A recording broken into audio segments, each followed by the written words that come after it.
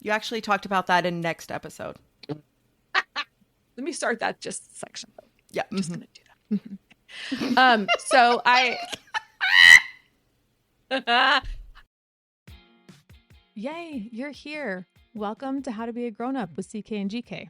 Let's get started.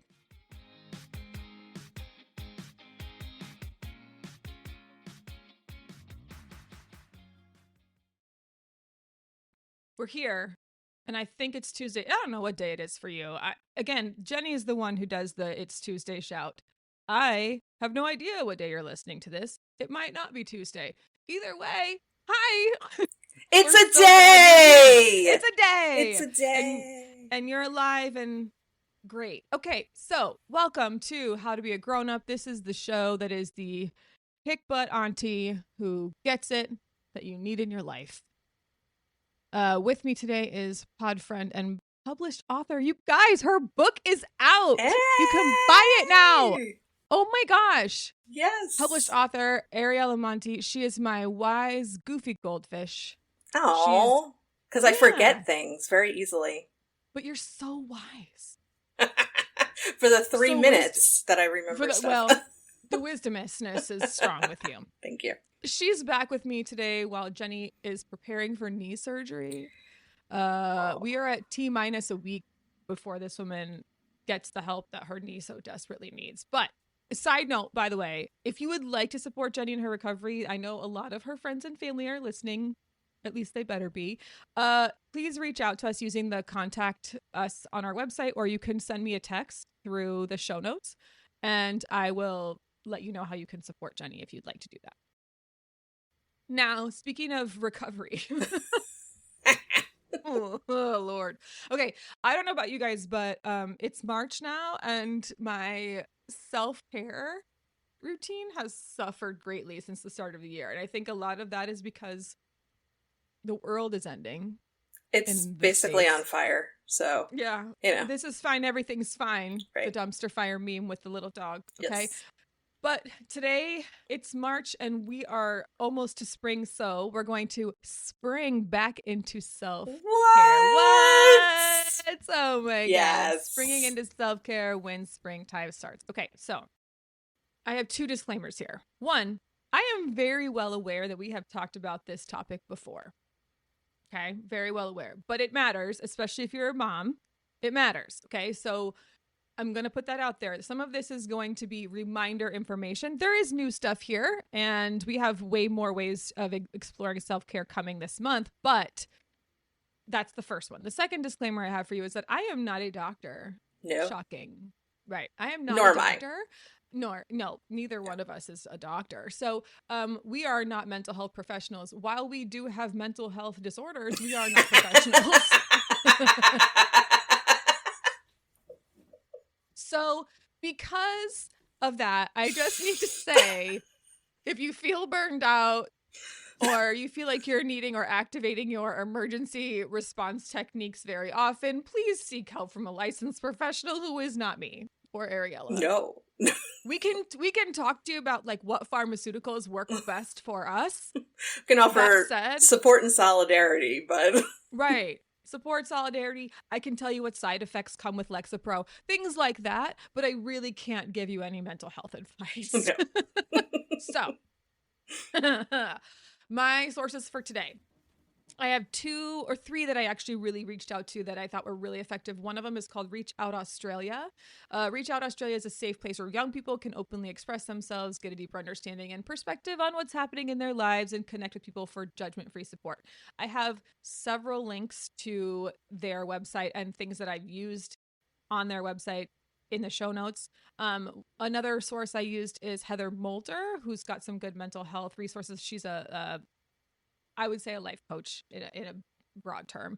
And then an article from Child Savers. So all of those are linked in the show notes. Okay. I'm stretching. Here we go. Here we go. Here we go. I have personally a love-hate relationship with the term self-care. I think it's overused. I think it's often thrown around in the context of toxic positivity. I feel like it was popularized during the pandemic. Like, oh, baking bread is my self-care. Okay, fine. But a lot of it was directed at women who were burning out at incredibly high rates during the pandemic. And a lot of it was directed at people whose entire livelihood is dependent on serving other people. Absolutely. Think like doctors, nurses, teachers, moms, right? So when you're throwing around the term self-care at people who spend all of their life taking care of other people, it feels a little condescending and toxic, personally, in my opinion. And I was a teacher during the pandemic, so I understand that. You can't self-care yourself out of burnout. Burnout. No, you can't. No, absolutely not. The world is on fire. We can't self-care ourselves out of the world being on fire. Right. Self-care is not a fire hose. Exactly. But it's like, I don't know what it is, but it's helpful. Not professionals. Okay. So, here's why I love self-care. It is literally sanctioned selfishness. Yes. Finally, it is okay to say, this is all about me and what I need. Mm-hmm. Here's why I hate it. Again, it's not a fire hose. It does not fix you when you are on the edge of burnout or when you're already there. So, bleh. All right. But again, sanctioned selfishness. What? I came up with that term by myself, by the way. I love it. I'm very proud of it. You should trademark it. I think I'm going to. That will be the way this podcast finally makes money. Okay. So, what is self-care? Here's my definition. I've given this definition before. I'm going to say it again. My definition of self-care is the things that you do for yourself that help you feel like yourself. And the purpose of self-care, this is my new add-on to this episode. The purpose of self-care is to help you be able to give your best to tasks and others when it counts. Like, for example, you have a huge work project. Maybe you're writing a book. I don't know. Or your kiddo is up sick all night. Right? Yep. Those are the times when you are like, if one more thing gets added to my plate, you're going to lose it.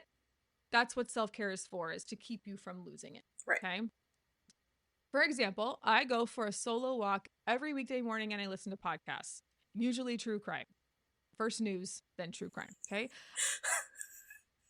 Sorry, I'm laughing at the idea of you listening to a true crime podcast while walking alone through your neighborhood. Okay, so I have pepper spray in my hand. You should know. Like, I keep it with me, and I'm like constantly, my head is on a swivel. You're like, why am I so anxious on this walk? My first few times doing it, I was legit, like, really freaked out. And there was one podcast I was listening to. Oh gosh, I can't remember the name of it. I think I've mentioned on the show. It's a show about Jack the Ripper, and it's a British host. It's an amazing show. I'll try and find it, and if I figure it out, I'll put it in the show notes. There's like sound effects in the background, so like, she's talking about the time when, you know, Jack the Ripper comes up on someone and you'll hear footsteps. And I was listening to this in the morning and freaking myself out, and I told my husband about it, and he was like, nope, you can't do that to yourself. So I stopped listening to that one I only listen to in the house. It is a weird thing to do, but it makes you, it's like, but it makes me calm. It makes you happy, though. It fills your cup. And it fills my cup. That would not make me happy. That would make me panic. But it makes you happy. And that is what you need. That's what matters, right? And to be fair, I am listening to like CNN in the morning. And then I listen to true crime, in which case, like, it's not as horrifying as what's happening on the scene. Anyway, it's fine. Okay. Sorry, tangent. So, no, it's okay. This is the kind of stuff that makes this show gold. All right. So back to my solo walk. I do it alone for a reason, right? It's not that I don't enjoy walking with other people and catching up and having a conversation. It's that I just feel better after I walk alone because I get to think or not think and enjoy my shows and listen to Mandy Matney on True Sunlight. I just feel better after that. Another one of my self-care examples is laughing with my friends, which is why this podcast is so important to my self-care. I do consider this self-care. And you might not know what self-care looks like for you, and that's completely okay. If you don't know, that's a sign that you're constantly putting yourself on the back burner. You're always putting other people before yourself, you know, motherhood. Yeah. So just something to think about. I do have a quiz linked in the show notes that is what kind of self-care is right for you, you should consider taking that quiz. I've quizzed Jenny on it before. It is a good one. I would find it very helpful if you're someone who needs a place to start. Okay. So let's get into how we know what kind of self-care is right for you. I'm ready. When someone tells me to focus on my self-care, now full disclosure, I have that written out in like the SpongeBob, like focus on my self-care font because it feels that way, right? I personally immediately freeze up. It's like when someone says to you, what can I do to help? And you literally have no idea, even though there's 1,000 projects around that need to be done, right? You're like, I don't know, nothing. There's dirty dishes over here. The trash is overflowing. And they're like, how can I help you? And you're just like, I don't know. Right? So if you're not sure what you need, ask yourself, what activities make me feel good? If you don't know, you're probably already burning out. Just saying. Okay.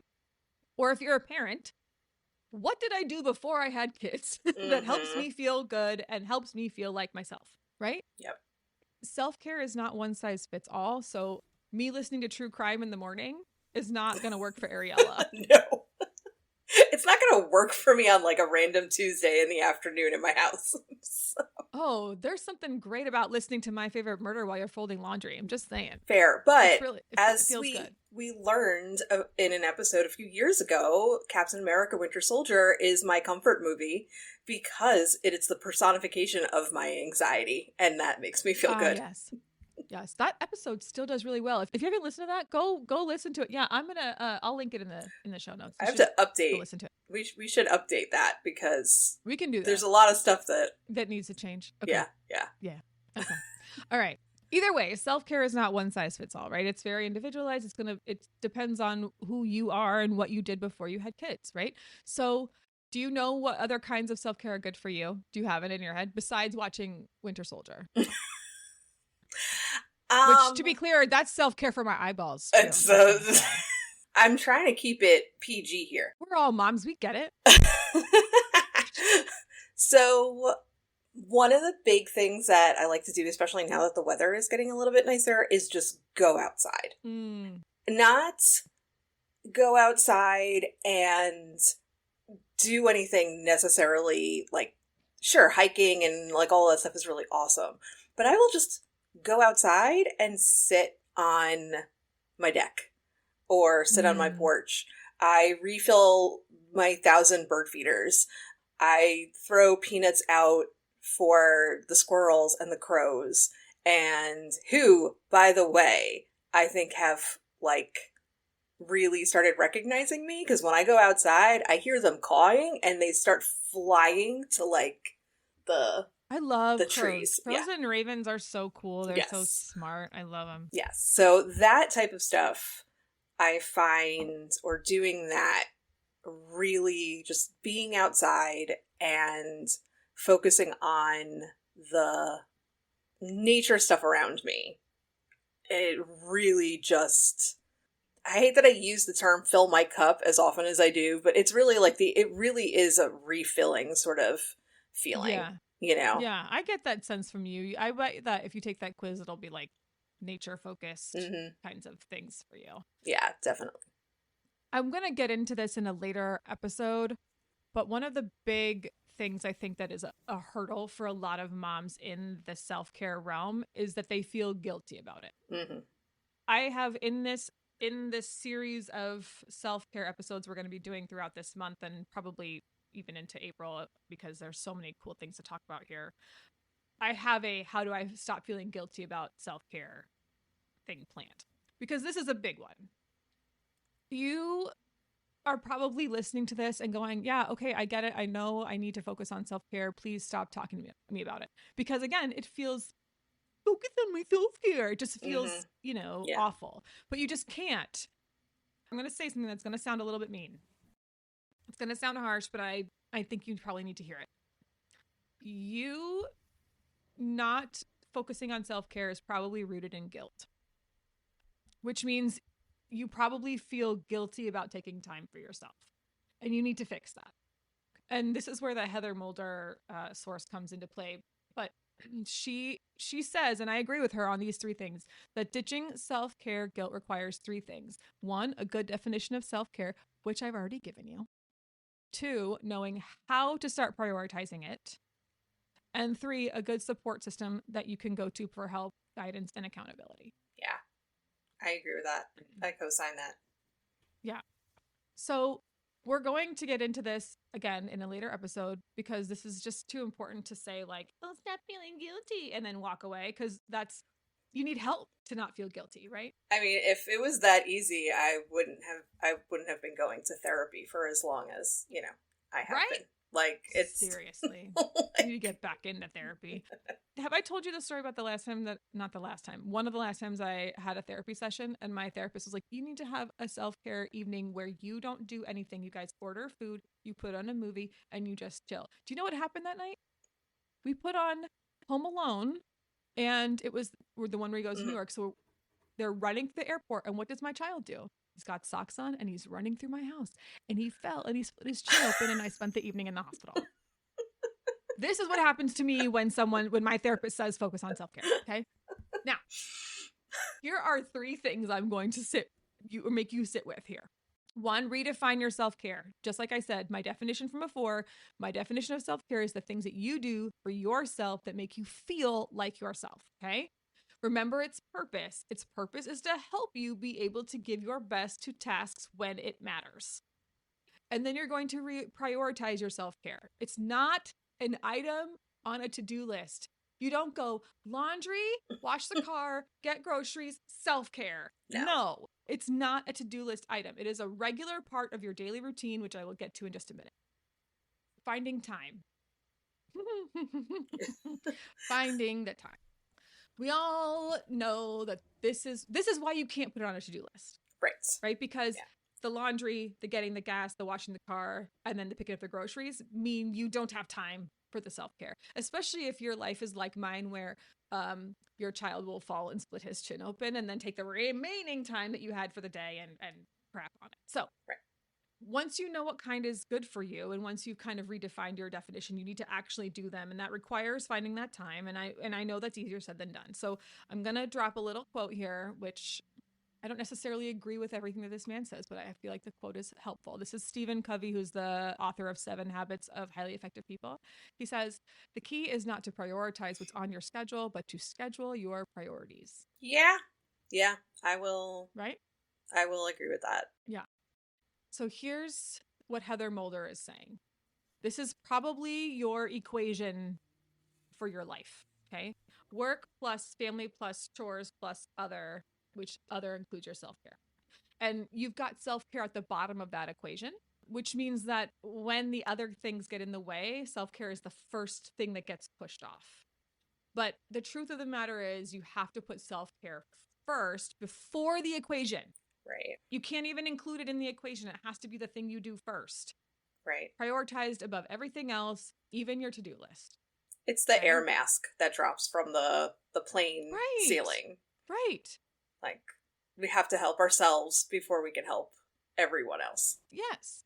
And why is that? Why do you need your mask first? You need your mask first because then you can think clearly enough to help the people around you, right? Exactly. Put your own mask on, and then you can help your child, because you'll be able to like take a breath and step back and go, okay, now this is what needs to happen next. The purpose is to help you be able to give your best to the tasks and people who need it the most. So when you think about it, this is me playing fast and loose here, but I think Heather Mulder would agree. Neglecting your self-care is actually being selfish. Oh, yeah. Because you can't give the best of yourself when you haven't taken care of yourself. Right. Yeah. It shouldn't always be about finding the time for self-care. It should be about making the time for self-care. If you're always trying to find the time, you'll never find it, because there's literally always something else that needs to be done. Right. So instead, add it to your calendar. Make it a priority. Make it a part of your daily routine.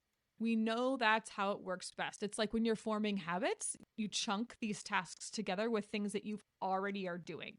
Every day, if you need to floss, you also brush your teeth. You're already hopefully brushing your teeth every day. So then add the floss pick in right before that. And start doing that. And that's how you build habits. So you need to make self-care into a habit. We know that it works best when it's done as a routine, as a habit, because you're going to say this with me now. Self-care is not an indulgence. Repeat it to yourself. I'm going to pause. Good girl, you said it. It is a part of my everyday routine. Self-care is not an indulgence. It is a part of my everyday routine. It is a part of my everyday life. My walking example, that's something I do almost every weekday morning, rain or shine. Yes, I do go out if it's raining. I will put up my umbrella. My arm will get tired. I'll switch arms back and forth. But I will go out if it's raining because it still feels good to go out. I get up, I brush my teeth, I take my medications, the many medications that I take.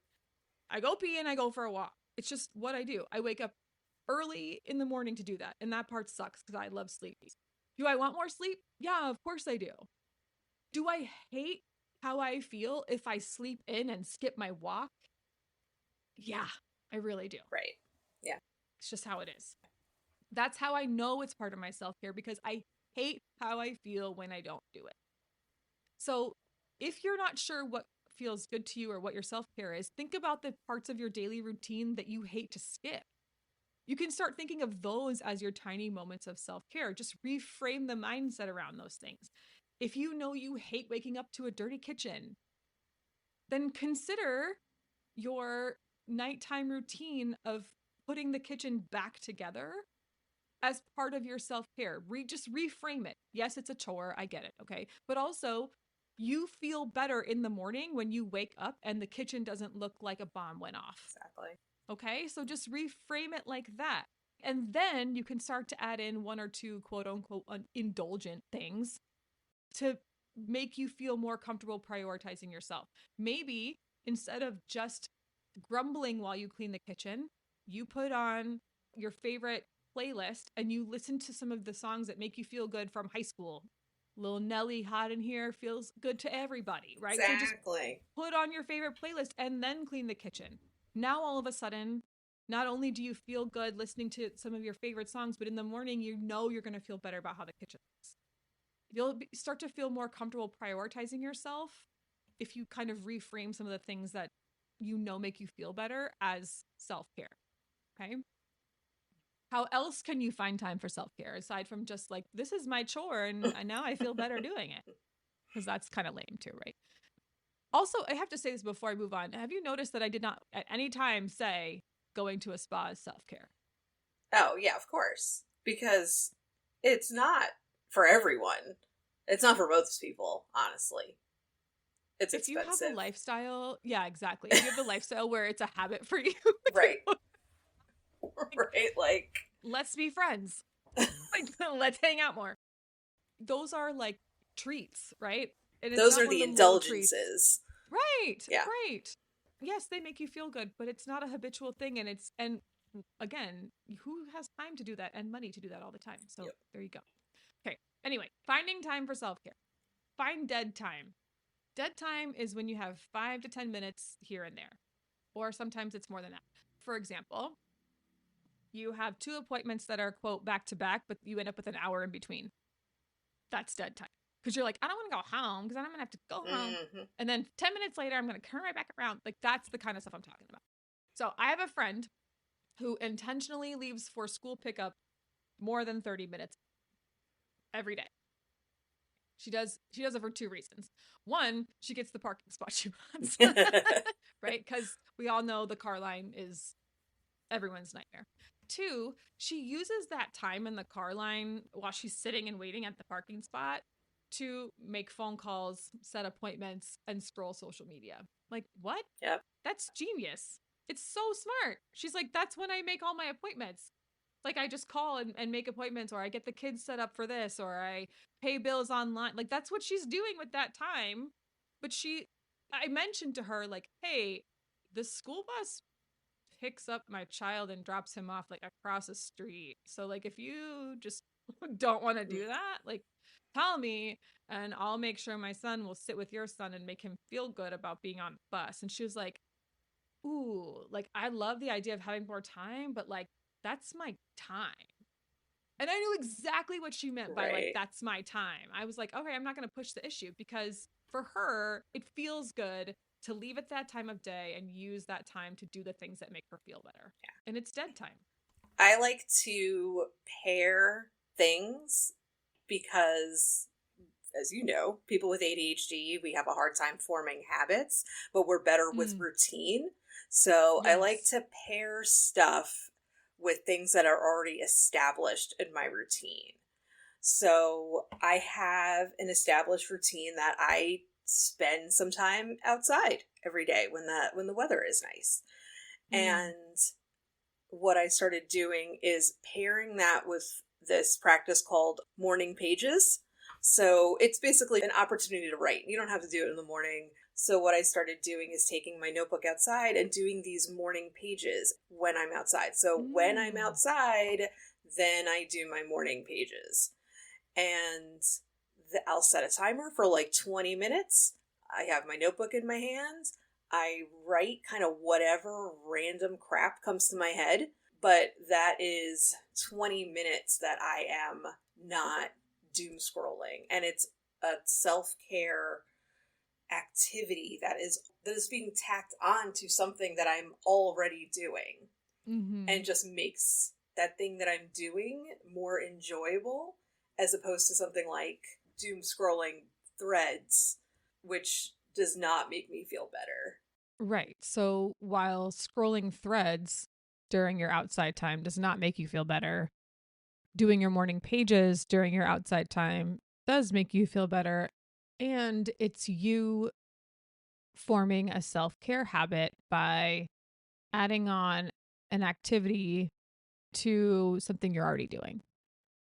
Getting back to the concept of dead time, if you have dead time and you intend to use it for a self-care thing, just remember that you might need more time than you think you have.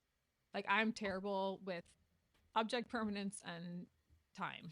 Yes. So for me, I'll say, oh, this will only take me 30 minutes, and it ends up taking 45 or 50, Right. and I just am terrible about that. So just keep that in mind. Okay. Another way to help yourself find time for self-care is to delegate and outsource tasks when you can. Now, I said when you can for a reason. If you can afford this, outsource tasks that someone else can do, meaning someone else can do them and you don't have to teach them how to do it. Okay? If you like your clothes folded a certain way, you can't delegate that task to someone else and expect them to do it, because then you're just going to go back and refold the clothes the way that you want. Right? So it has to be a task that you feel completely comfortable giving to someone else. Consider swapping chores with someone else in the house to get your needs met. This will be especially easier for you as your kids get older. I'm just going to put this side note out here. You should make self-care a family affair.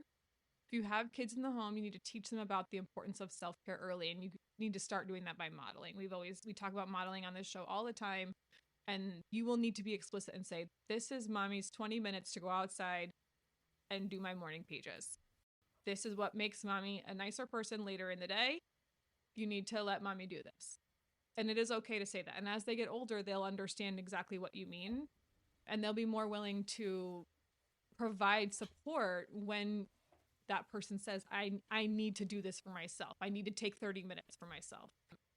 But in the meantime, you need to be explicit and communicative about your needs. And it's really hard to do that, especially for moms.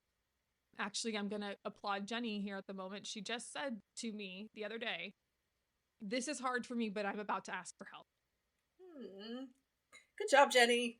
I know, right? Like, what an amazing thing to say. This is hard for me, but I'm going to ask for help. And she did ask for help, and I provided her with what I could. Be like her. Be willing to say, this is hard for me, but I need help. Can you please take on XYZ tasks so that I can have 30 minutes to myself? Now, I am really hopeful that you have a partner who sees and understands what that 30 minutes or however long you need will actually do for you. And when your kids are old enough, you can tag them into, I need to think about how to provide advice for someone who has a partner who is not willing to offer that help, because you are the ones who need this the most. You are the ones who are on the edge of burnout the most, and I understand that. I'm really hopeful that there is at least someone in your life who you can lean on for this, because otherwise this particular way of finding self-care is not going to work for you, because you don't have someone in your life who you can delegate and outsource tasks to. If you're in Austin, let me know. I will try and come by and help. The other thing I was going to say is, in terms of finding time, again, you probably have that equation of like work plus family plus whatever plus other self-care in your head. And I think you might need to reassess the urgency of your to-dos. Okay. If you can't swap, you can't outsource, you can't delegate, you need to think about what actually has to be done right now. What can wait until tomorrow? What can wait until next week? Take care of the right now things, because that will make you feel better. You won't feel so anxious. Push off the rest in favor of yourself. Make a plan to come back to those other tasks later on, or maybe, later in the week, those become your right now things. Maybe the trip to the store can wait until tomorrow. Maybe it can't.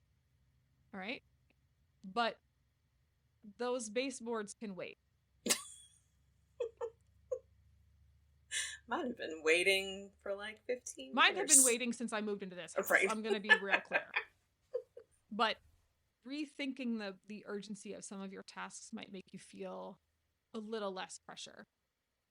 So just to wrap this up in as messy a bow as I possibly can. Self-care is not about indulging yourself. Okay? Self-care is about self-respect. Meaning you need to give yourself the respect you deserve by treating yourself with the same level of respect that you treat the other, quote, more important, end quote, people in your life. And by the way, they're not more important than you. They're just not. Okay. You are more than likely a very dedicated and devoted mother, but your kids need the best version of yourself. Yep. So you need to promise yourself that you're not going to use your regular self-care things as an emergency response when you're losing it. Okay. Cleaning the kitchen with your music on does not help you when you've already completely gone off the deep end.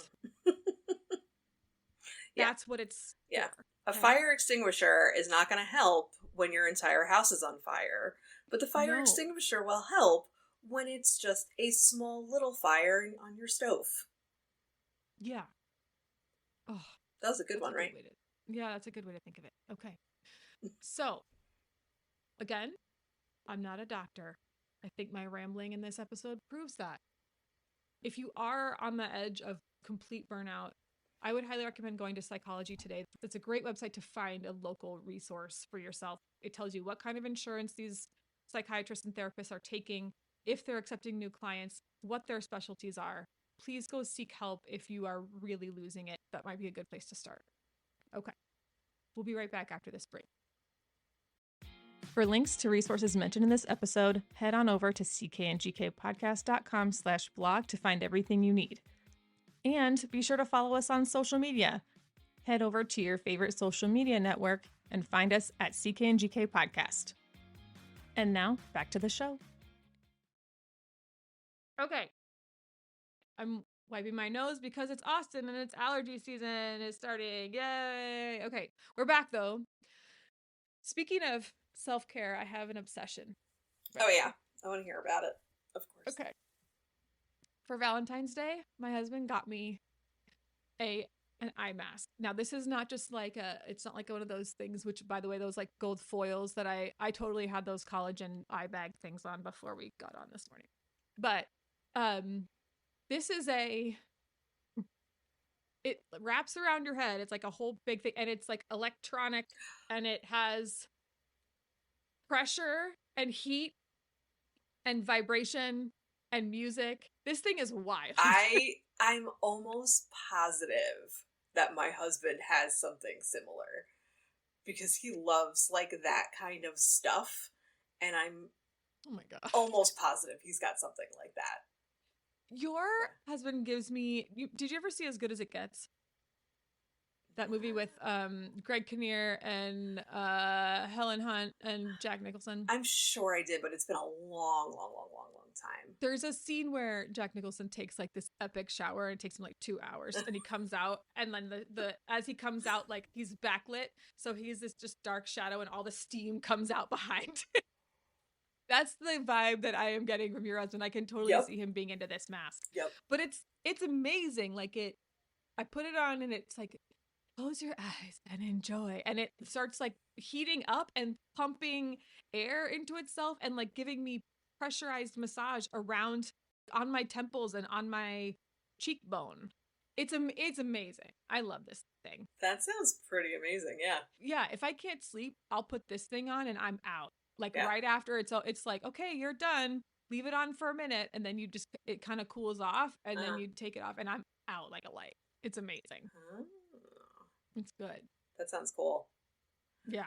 I am having one of those ADHD brain fart moments where I cannot think of anything that I'm even remotely obsessed with, though I know it exists. That's okay. You don't have to have an obsession. I can tell you my gem if you want. I'd love to hear your gem. Sam was using my self-care eye mask. Oh no. Because I was so excited about it. I went out after I had been using it in our bedroom and I went out to Bryce and I was like, you need to try this. Like overly excited. Like, yeah. And he does. And of course, Sam is like, I need to try it too. Like I have to. So then my husband snaps a picture and he sends it to our like family chat. And my sweet mother-in-law goes, that's cool. Is that VR? Because that's the look. It totally looks like you're wearing like one of those Quest VR headsets. It's exactly what it looks like. And it's hilarious. And it just made me laugh because I was like, she's right. That is, I look like I'm doing VR, except my VR is that I'm lying on my bed doing nothing. But yeah, he looked really funny. It's like it's heavy, right? So he's like trying to hold his head up, kind of like his tiny. It looked like a bobblehead. Oh, that's adorable. It made me laugh. I did really think of my obsession. Yes, let's hear it. The freaking weather Ooh. that we're having right now in North Carolina. Now, at the time of our recording, a week ago, there was literal ice and snow on the ground. Oh, we all got that, right? It was think freezing so. Everywhere. Yeah, it was like was the week that President's Day happened on Monday. My kid went to school for one day, and then they had 3 days off because of ice and snow and everything. But this week has been delightful. And like I've got the windows open. It's that time of the year in North Carolina where it's before the pollinating takes place. Yep. So you can open up your windows without having the pine pollen all over stuff. I'm excited for good weather too. We have some of that right now. I'm glad that that's your obsession. And it's good for you because you get to go outside in that and like enjoy it. I think that's what we have for today. I didn't give my gem. I want to give a gem. Oh, tell me your gem. My gem is that my book is out today. Okay, if you've missed it, I have a section of the show notes for the past 2 weeks that are all about author Ariella Monti. Now, I'm going to do the same thing for this one. I'll put her links in the show notes. You can also go to our blog post for the episode and get all of her stuff there. But her book is out. I'm so excited. Officially out. Like 4 years of working on this book, and it's finally out in the world. The cover, you guys, the cover is so beautiful. That's an obsession that I should. It is so beautiful. I am obsessed with it. Amanda Hawkins of Eternal Geekery did that cover, and I sent her, some thoughts and inspiration and stuff, and it was like she came into my head and pulled out like exactly what I was looking for. It is absolutely gorgeous. It is like more than I ever. It's dark and beautiful and like mysterious looking. It's got the plant vibe that you give off. Like it is. Oh, it's and the color choices. It's a beautiful cover. If you haven't seen it, go look at the blog post for this episode. You'll see a picture of the cover. I'm super excited for you. This is so great. This is absolutely a gem. Congratulations. I'm thrilled for you. So your self-care, you have to promise, is that you are going to revel in your accomplishment. You're going to be proud of yourself, because regardless of how well the book will do, which by the way, I have complete faith that it will do well, but you accomplished something. You worked really hard on it. It turned out beautifully. Like, you need to enjoy that. That's what you have to do. That's your homework. I promise. Okay. Jenny would tell you to make good choices. I'm just going to tell you to take care of yourself. Bye. Bye.